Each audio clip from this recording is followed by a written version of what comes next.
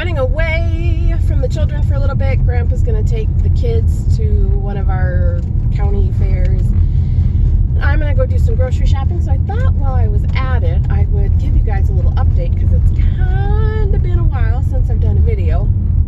Things have been super, super busy. The entire month of June is already gone. We've already gone through an entire month of summer break, which is crazy.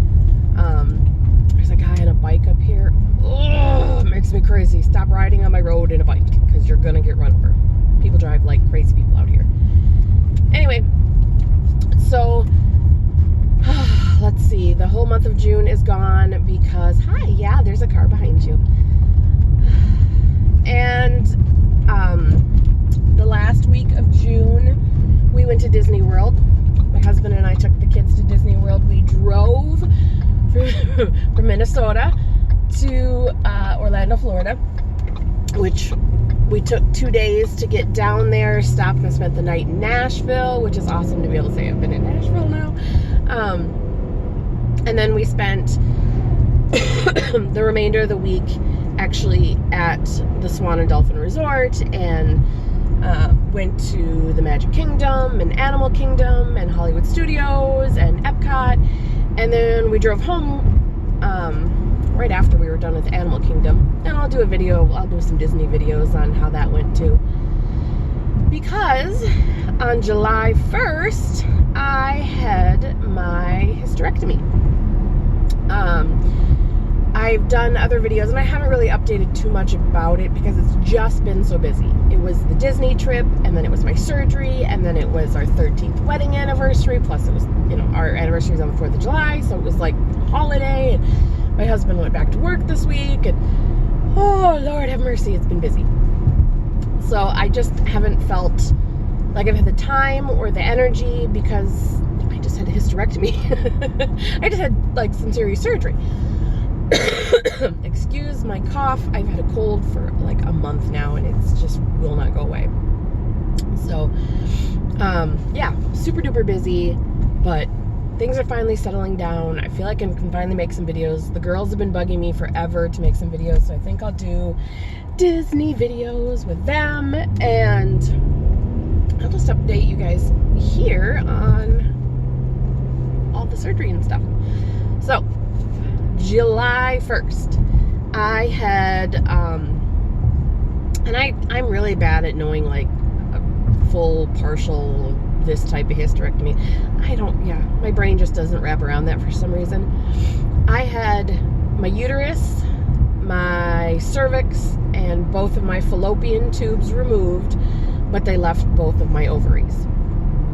Now, I've kind of mentioned before with some of my appointments as to why I was having a hysterectomy, but I brought some visuals. Prepare yourselves, there's visuals as to why, and then after the surgery finding out a little bit more why it was a really good idea that I had this hysterectomy. So every month, especially after having weight loss surgery and losing a ton of weight and cycles kind of getting back to a normal rhythm, I would have a period every month, but it would be ungodly awful.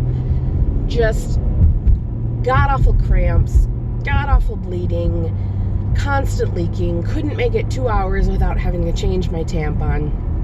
And this is where my visual comes in. So, this is a tampon. I'm sure you know that if you're watching this video. This is a regular sized tampon. Now, if you're watching this video, I'm sure you understand that tampons come in different sizes. There's a light flow, regular flow, super, and like super plus.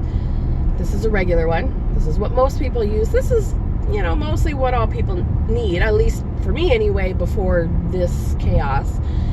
This got me through. Maybe once in a while I would need a super, never needed a super plus, but this got me through.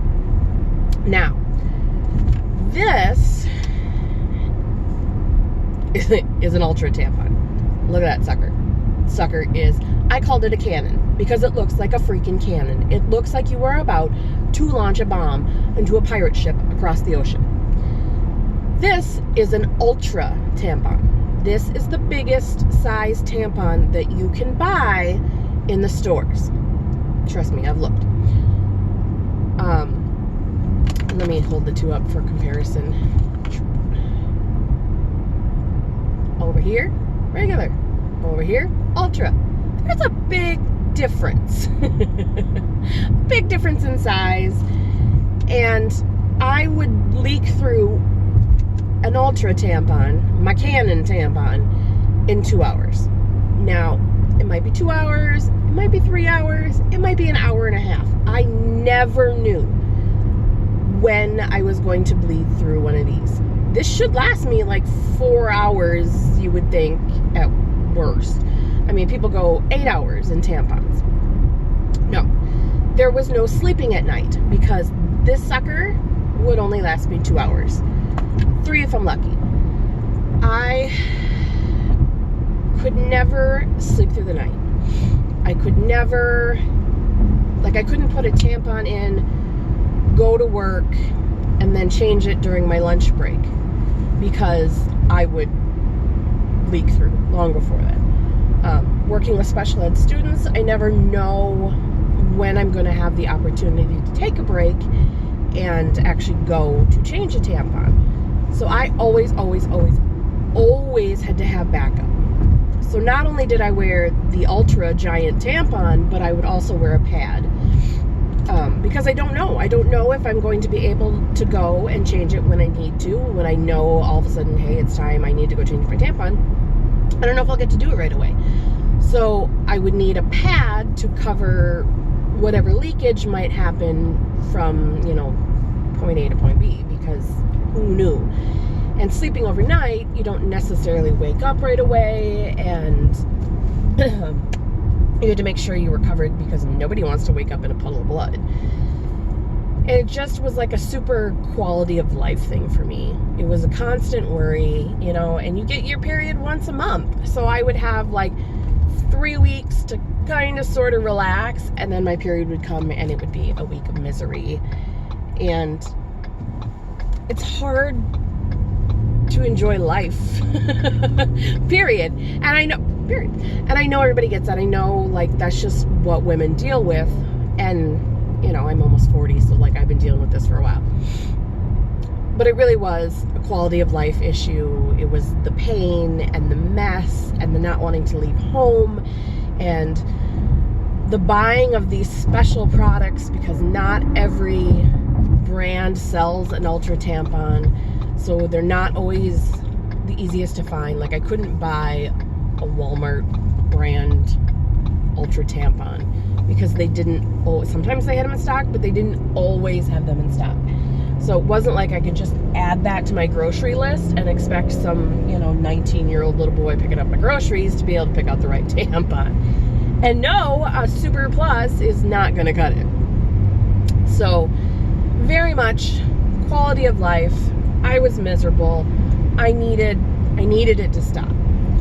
With the septate in my uterus, they were willing to go in and remove that and then put in an IUD. And I said, if you're going to put me under and do a surgery, you're just going to take it out. I'm not going to risk doing the ablation and the surgery to remove the septate and putting an IUD in, and then a year from now, it's not working, I'm still miserable, and you end up doing a hysterectomy anyway. That's stupid. I'm not doing that. We're just going for it.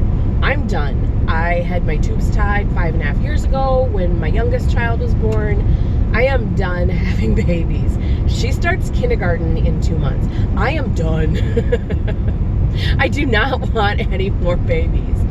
So it was very much just, if you're going to put me under, you're going to do the whole shebang, and we're going to be done with this, because I can't keep doing this. I can't just keep, there's no point. There's no point in keeping a uterus that I'm never going to use again, and that you guys say would be dangerous for me to get pregnant again, having my uterus the way it is. So why take the risk? Let's just be done with it. So thankfully they listened. Thank God they listened. They did the hysterectomy. Everything went really well. My clinic normally keeps you overnight after a hysterectomy, but I said I would prefer to be at home. This was my 8th surgery. I've had 4 C-sections. I had an ovarian cyst removed.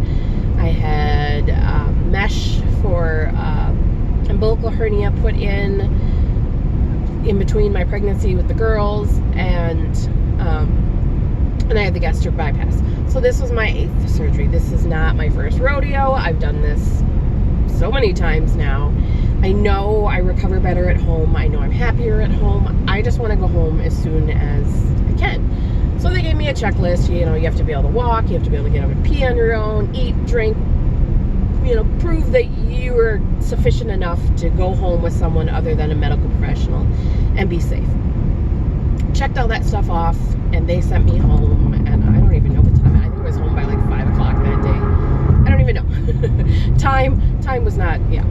I was out of it from the anesthesia, but I did everything I was supposed to. I went home and I got to recover at home, and I'm so glad that I did, because I was absolutely miserable that night, and it was so much better to be miserable at home in my own bed than it would have been to deal with that misery in a hospital bed and be woke up constantly and having people checking your blood pressure and your temperature and all of the, you know, all the stuff that they do when you're in the hospital, which is great. And I know some people like being there and like getting away, and maybe it would have been great to get away from the kids for a little bit, but dude, I was tired. I was sleeping anyway.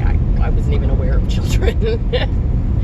So went home, recovered. Everything has been really, really good. I felt really good. I was off the oxycodone within a couple of days, and the only reason I took it was because I was scared not to take it and be in too much pain, because I was starting to get control over my pain. I didn't have good control over it on the first night, so I was scared to not take it and then be like so far out of control that it would be god awful miserable and I'd end up back at the hospital.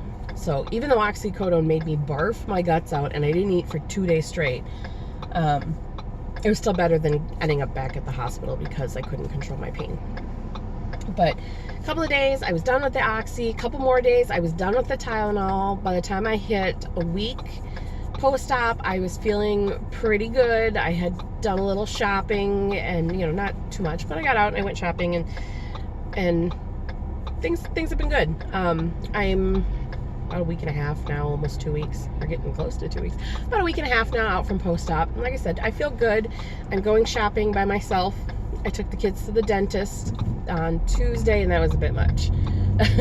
Even though like everybody's old enough to walk in and I don't have to carry, I can't carry anybody, but it was just a little bit much trying to round up all the children. So yeah, doing good. I feel good. I'm tired, but not like I've been able to stay up the last 2 nights after everybody else goes to bed and try to catch up on some stuff that I wanted to watch while I was on summer break.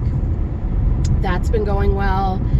I'm eating and drinking and going to the bathroom, no problems. The stupid cough won't go away, but that's a whole other story. My incisions look great. They look like a little scratch, and that's about it at this point. The glue has come off a couple, because they glued them closed. The glue came off a couple of them. The other 2 still have some glue over here, but that's kind of flaking off too. And they look great. They're closed up really well. They're healing really well. Nothing looks gross or infected or red or angry. So I have to say, this has been like a crazy easy recovery. Like I'm surprised. I gotta get in front of this guy because it's kind of being a pain in my butt. I'm surprised by how well it has gone. I expected it to be a little bit more difficult because it's a freaking hysterectomy, you know? It's a big surgery. They removed most of my reproductive organs. You would think I would be a little more miserable than I am, but I'm doing really well and I feel really good. I purposely scheduled this surgery for summer break because I would have to be off work for at least 6 weeks, which is super easy to do when you're on summer break because you're off anyway. So I don't have to worry about, vacation or sick leave or anything like that. I'm already off. I'm already paid leave for the summer. I'm good. I'm on a lifting restriction for like 15 pounds, no more than 15 pounds. And like some paperwork says for 4 weeks, some it says 6 weeks. They weren't super clear on what all of my stuff was. Like I said, some places say no lifting over 15 pounds for 4 weeks. Some say 6 weeks. Some say 8 weeks. Definitely no sex for 8 weeks. Some say 6 weeks. I don't know. My checkup with the doctor is in 8 weeks, and I think we'll just wait. We'll just wait until we talk to him and know that everything is okay. Have him take a little peek in there, make sure everything's healed up good, and then we'll worry about that. But yeah, I don't know. It's been surprisingly great, and I really look forward to going forward and feeling more connected with my body again and not so angry at it, because my uterus was damn angry. That septate went all the way from the very top of my uterus down to my cervix. It had completely separated my uterus into 2 pieces. There was no way I could ever use that uterus again without some sort of surgery. We don't want any more kids, so there's no need to use it for anything. It can go. And if you're not having babies, there's no need for a cervix. And if you don't have a cervix, then you don't have to worry about cervical cancer. Ding, a deal I'm in. And same with the fallopian tubes. There's no point in fallopian tubes if you aren't carrying any eggs down to the uterus to make babies, and so get those out of there. And when they did check those afterwards, I guess my left fallopian tube was full of cysts. I still need to talk to the doctor. I'm just kind of like the phone call from the nurse and reading the stuff online on their web portal from what that said. So I don't have a lot of information, but from what I read, the left fallopian tube was it was full of cysts. And those cysts could have at some point gotten big enough or enough of them to cause a rupture and bleeding and just a lot of issues that would have been painful and possibly required a surgery anyway. So it's good. The uterus is gone. I no longer have to worry about the bleeding. The bum fallopian tube I had that I didn't even know was an issue is gone. I no longer have to worry about that causing me pain and issues somewhere down the road. According to the stuff in there and a little bit from what I talked to the nurse, there's a lot of endometriosis that was in there, and I will have to talk to the doctor about that and what, if anything, will be done about that when I go for my 8-week checkup. But right now, at almost 2 weeks, I'm doing awesome. I feel good. I'm tired, but that's expected because I just had this big surgery. But everything's healing well. And I can't wait to get to when my next period is due and not have a period. And I'm so glad I never have to use these things again. I will probably donate them to the women's bathroom at my work, all of my tampons and my pads, and I'm sure these will scare a few women because these things are freaking gigantic. But at least they'll get used, and other people will cover their butts when they unexpectedly get a period at work. So thank you for watching. As always, feel free to like and subscribe and share, and I will see you guys later. I'm probably going to do some Disney videos with the girls, talk about our trip and what we took and what worked and what didn't work. But until then, I will see you later. So, boop.